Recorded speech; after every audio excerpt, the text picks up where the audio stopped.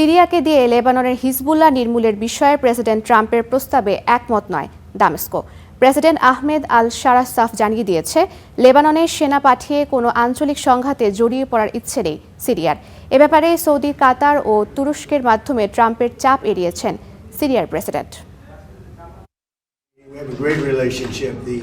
আলোচনার শুরুটা গেল 16 জুন ফ্রান্সে G7 বৈঠকে।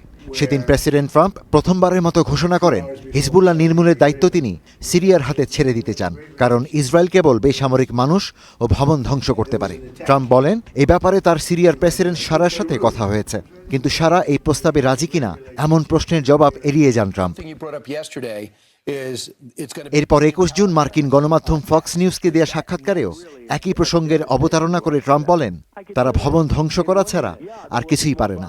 এদিনও হিজবুল্লাহ সিরিয়ার হাতে তুলে দেওয়ার ঘোষণা দেন ট্রাম্প। কিন্তু হিজবুল্লাহকে সিরিয়ার হাতে তুলে দেয়া বলতে ট্রাম্প ঠিক কী বোঝাতে চেয়েছেন?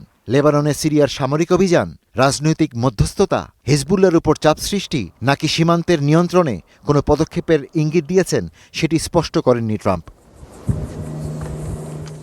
একই দিন অর্থাৎ 21 জুন সিরিয়ার মাশহাদ টিভিকে সারা জানান, লেবাননে কোনো সামরিক অভিযান বা নিরাপত্তামূলক ভূমিকা নেবে না সিরিয়া।